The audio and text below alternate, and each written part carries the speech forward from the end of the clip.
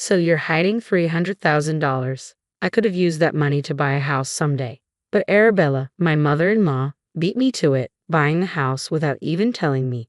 When I confronted Patrick about it, he brushed it off, saying, "Let Mom do what she wants. Just forget about it." He started taking her side, which infuriated me beyond measure. I couldn't forgive either of them. My name is Kathy, and I married Patrick, who works at the same food company, 5 years ago. Our busy work schedules leave little time for us as a couple, but we generally get along without any major conflicts. However, my relationship with Arabella, my mother-in-law, has never been smooth. It all began during a family gathering at her house, where she casually remarked, "Now that you're married to Patrick, you'll quit your job and become a housewife to support him, right?" I calmly replied, "No, I plan to continue working after marriage. Patrick and I have discussed it, and he supports my decision." Arabella seemed taken aback and countered, "Isn't it normal for a wife to become a housewife after marriage? That's what I did when I married my late husband." This comment marked the beginning of our strained relationship, which only worsened over time. Pondered silently how antiquated it was to expect a wife to be a housewife while the husband earns. Naturally, I couldn't voice this to Arabella, so I simply offered a polite smile and brushed off her comment. "Are you sure Patrick agrees with you working? If you're not home because of work, it will just add to his burden when he's tired," she persisted. I replied calmly, "That's Mom's perspective, not Patrick's. He supports my decision, so let Kathy do as she likes." Patrick intervened in my defense, saying, "Mom, I'm fine with it. Let Kathy make her own choices."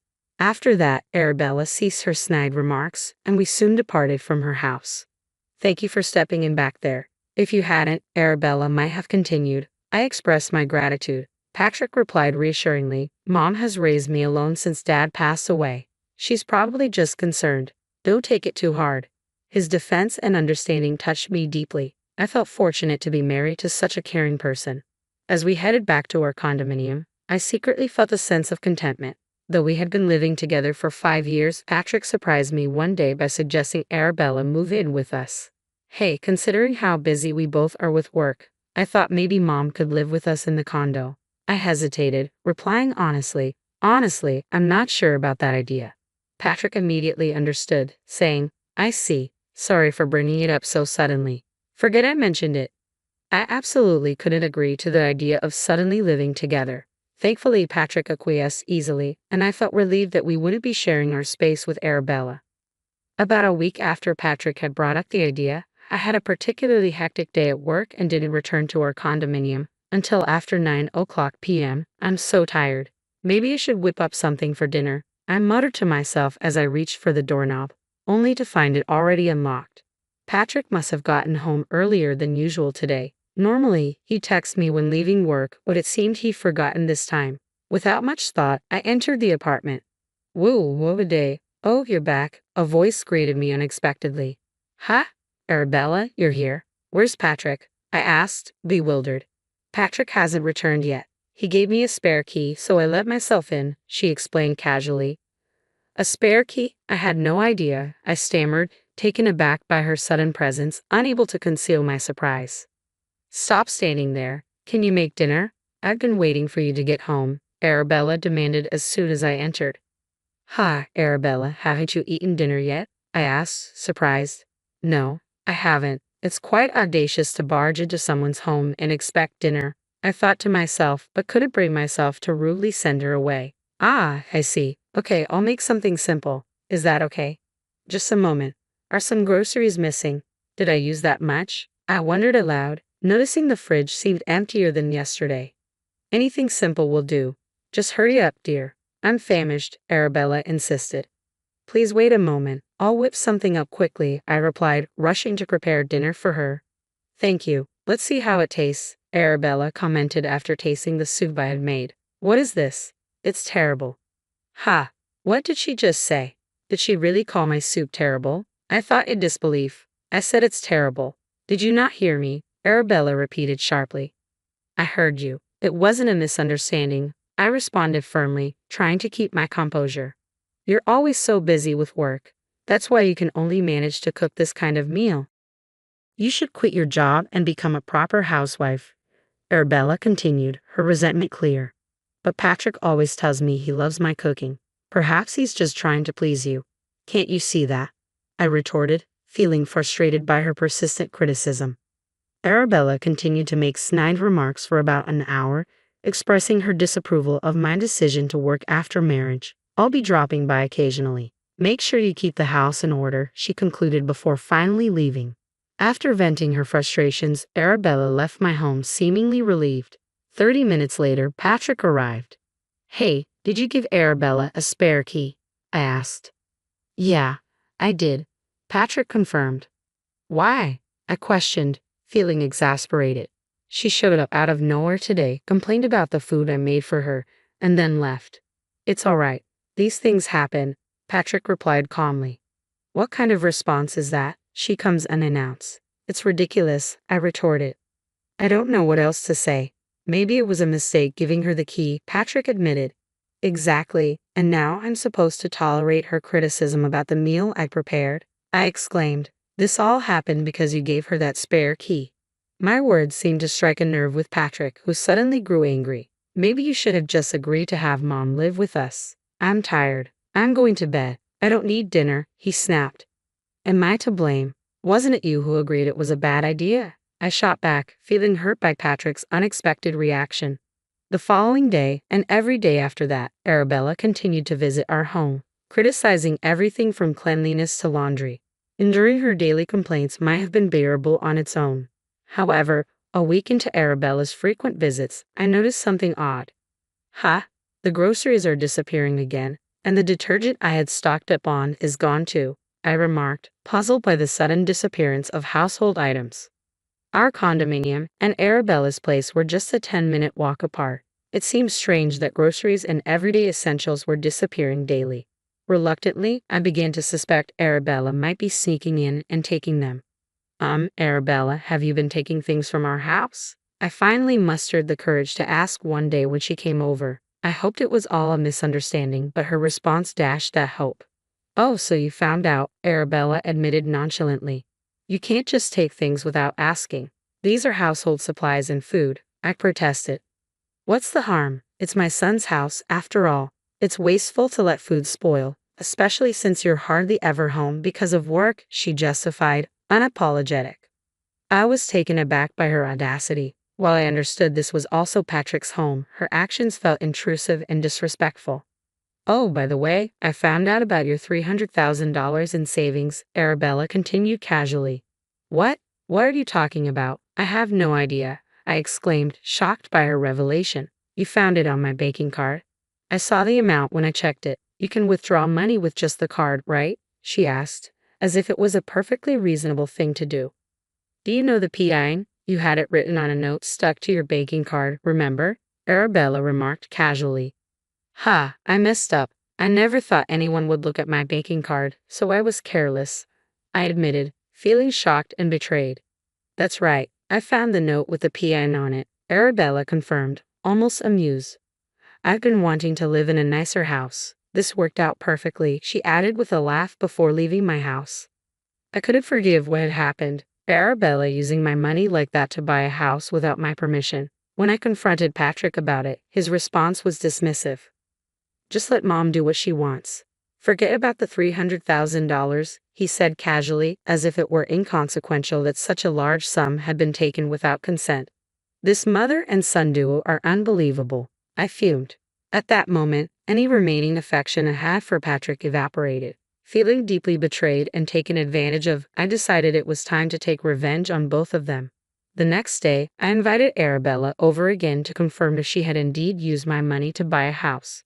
Determined to gather solid evidence, I discreetly started the voice recorder on my phone before confronting her.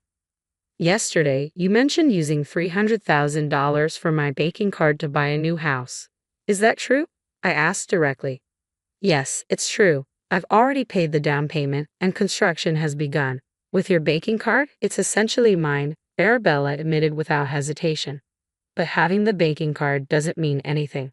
How do you plan to withdraw the money? I asked Arabella, trying to maintain my composure. Just by pretending to be you and signing? Of course, she replied with a smirk. Arabella, that's illegal. It's theft, I protested, shocked by her brazen admission. Call it what you want. Who would have thought you, who can't even manage household chores properly, had saved up so much? At least you're good for something. That's all. You can have the banking card back. Thanks for having me over today, she said dismissively, brushing off my concerns. I was seething with anger, tempted to grab the card back forcefully, but I held myself back and let her leave. Despite my frustration, I had managed to gather evidence of Arabella taking the banking card from my house. Enjoy it while you can, Arabella, I muttered under my breath. The following day, I called Arabella, devising a plan to lure her back to my house under the guise of settling the issue. Arabella, you can keep the banking card, but you'll need my identification to withdraw any money. I'll handle the withdrawal for you. Can I hold onto the banking card for now? I asked, feigning cooperation. Oh, I didn't realize that. I'll bring it right over. Thanks. Arabella replied eagerly. I informed her of this over the phone, but I had no intention of actually withdrawing $300,000. In this day and age, withdrawing such a large sum without proper identification is impossible. How could she be so naive? She was solely focused on quick money with no regard for the fact that her actions were criminal. Once I retrieved the banking card from Arabella, I wasted no time heading to the police station. I need to report a crime, I said firmly as soon as I arrived. Yes, my mother-in-law took my banking card without permission and was trying to use it to purchase a new house, I explained to the police officer. Wait, not you purchasing. No, not me. My banking card was stolen. I would like to file a report, I clarified firmly. The police listened attentively, understanding the seriousness of the situation, and accepted my report. Later that evening, I informed Patrick that I had filed a report with the police. I told the police about Arabella stealing my banking card. She might get arrested soon. I informed him. What? Why would Mom get arrested by the police? Patrick reacted with surprise. Don't you understand that what Arabella is doing is a serious crime? I responded, frustrated by his lack of concern. Even so, did you have to involve the police? It's pointless talking to you. You always say we should let your mom do as she pleases. Why should I just hand over a large sum of money to her? Patrick countered defensively. How can you speak of your mother-in-law like that? I shot back, hurt by his dismissive tone. Just because she's my mother-in-law, does that mean she can do anything? If she tried to harm me, should I just accept it quietly? It's absurd. I didn't save up all this time just to hand it over to Bella, I exclaimed in frustration. Well, she's enough of an old hag for sure, Patrick retorted sharply. Hearing his harsh words, I was taken aback. Patrick stormed off to his room. When he returned to the living room, he threw his divorce papers at me. I never expected you to say something like that. Sign this, he demanded, his tone cutting through the air. I never imagined. You always had these papers ready, I responded quietly, stunned by his sudden reaction. Well, if that's how you feel, then so be it. I'm tired of this anyway, being threatened, I said, my voice trembling slightly as I reached for the papers. Patrick seemed surprised by my swift agreement. After signing the papers, I handed them back to him, silently displaying the divorce agreement. Here, this is what you wanted, right? I handed Patrick the signed divorce papers with a mix of resignation and sadness. Yes, Patrick replied quietly. Then I'll file these, I said, trying to keep my voice steady despite the ache in my chest. He took the papers without another word, his expression unreadable. After our brief exchange, he hurriedly left the house in the middle of the night. I suspected he went to Arabella's house. 20 minutes later, my phone rang. Hello. What do you want? I answered tersely, not hiding my frustration. It was Patrick on the other end. I told Mom about the police report Kathy filed. Patrick said, his voice tense. Yes, so, I replied sharply, unsure where this conversation was headed.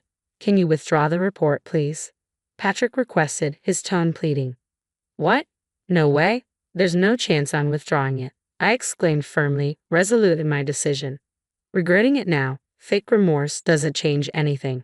She would do the same thing again, I muttered to myself, feeling betrayed and angry. As expected, Patrick called again shortly after.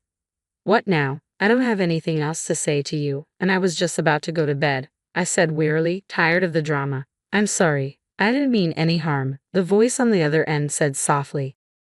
It wasn't Patrick, it was Arabella. She was crying and apologizing. But did she really think that would make everything okay? Just because you're crying and apologizing doesn't mean I'm going to forgive you, I retorted, unmoved by her emotional display. And how can you say you didn't mean any harm? You deliberately took my banking card. I continued, frustration evident in my voice. But I really wanted a house. I've been living in an apartment all this time, so you thought it was okay to use someone else's money for that reason. You're really despicable, I added, feeling the weight of her actions. Why should I give my money for such a trivial reason of hers? It's completely incomprehensible, I concluded, disbelief and anger coloring my words. Then you should have asked your son, I replied firmly. My son doesn't have the money. Arabella countered defensively. Yes, I know. Despite our dual income, I manage our household finances. That's why when I saw the $300,000 in your banking card, I was tempted, Arabella confessed. I see. But understanding isn't enough, you realize? I emphasized sternly. Please reflect on your actions in prison. That money was hard-earned long before I married your son. Forgiving you just because you were tempted is unthinkable, I continued, my voice growing colder. I was about to end the call, but Arabella persisted. Wait, I have a request, she pleaded. A request? That's audacious, I remarked skeptically. I already paid the down payment as I mentioned. I used $100,000 of my savings. I can halt construction now. Could you lend me the remaining $300,000? I promise to repay, Arabella proposed desperately. How delusional are you? There's no way I would lend you that money. You not only stole a banking card but also groceries and daily supplies. I can't trust you to repay, I responded firmly, ending the conversation decisively. But what should I do? That's not my problem, Arabella's voice pleaded through the phone. You figure it out, but I can't get a loan at my age, I replied sternly. That's entirely your fault for relying on someone else's money. Ask your son to take out a loan for you, I retorted, a hint of amusement creeping into my voice at Arabella's predicament. I couldn't help but chuckle at the thought of Arabella's panic. I've said everything there is to say. Maybe it's time to hang up the phone now, I stated firmly, ready to end the conversation. Just as I was about to disconnect, Patrick interjected, attempting to continue the conversation. Hey, please, are you going to abandon Mom? Didn't she take care of you? Think of it as repaying a favor, Patrick pleaded desperately. She never took care of me. She always came to my house just to make snide remarks and never helped with housework despite having a spare key. On what basis are you saying she took care of me? I countered sharply, frustration and resentment evident in my voice. Patrick fell silent, unable to respond to my accusation. He spoke out of desperation. Perhaps he hoped appealing to my emotions would convince me to provide assistance. I mused aloud. Well, that's how it is. I won't be providing any assistance. Good luck, I concluded firmly, ending any hope of reconciliation. Wait, I'll handle Mom's situation, and I won't trouble Kathy anymore. So please, can we reconsider the divorce? Patrick pleaded one last time, desperation coloring his voice. It's too late now. Arabella is more important to you than me, right? I stated bitterly, my heart heavy with disappointment and hurt.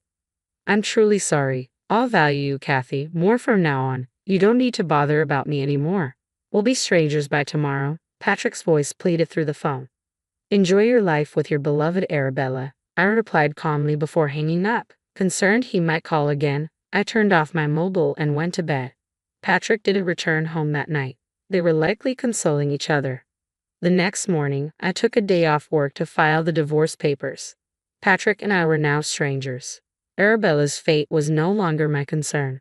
For the 3 days before I left our home, Patrick barely spoke to me. I didn't initiate conversation either. Planning to move back to my parents' house, despite the hour-long commute to work, I packed up my belongings. As I left, Patrick said just one thing. I'm sorry for everything up till now. Ignoring him, I walked away. It was a stark end to a once-loving marriage. Strangely, I didn't feel sad. I felt relieved to be free from such a toxic mother and son. I can't forgive them after everything. They brought this upon themselves, neglecting and defending Arabella. If Patrick had stood up to her when she stole my banking card, maybe things could have been different. They underestimated me. I wasn't going to be continually wronged. Now they face the consequences of their actions, working to repay their debts. It's their own doing, their karma, I reflected as I drove to my parents' house. A week later, the police called to inform me of Arabella's arrest for theft. Not living with Arabella played a crucial role in her arrest. If you had been living together, it might have complicated things due to the familial nature of the theft. I understand. I'm grateful she was apprehended. Thank you, I responded, relieved by the news. Now Arabella will have time to reflect on her crimes, I thought. Just then, Patrick called. Mom has been arrested, he stated solemnly. I know, the police informed me. I can't manage the loan payments alone now that Mom's gone, Patrick admitted. So what? You're not asking me for help again, are you? I replied firmly. No, I mean, please don't call me again, Patrick faltered. I ended the call and blocked his number to avoid further contact. A month later, I heard from a colleague. Hey, did you hear? Patrick quit the company. Though we worked at the same place, we rarely crossed paths. The news of Arabella's theft and arrest had spread, making it untenable for him to stay. I didn't spread the news, I assured my colleague. I don't know what happened to him after that, but he must be struggling with the loan repayments, my colleague remarked. 3 years later, I found happiness again. I married someone who cherished me deeply, and my new in-laws welcomed me with love. Finally, I felt genuine happiness. I hope nothing like this ever happens again, I whispered, grateful for the peace and love in my life now.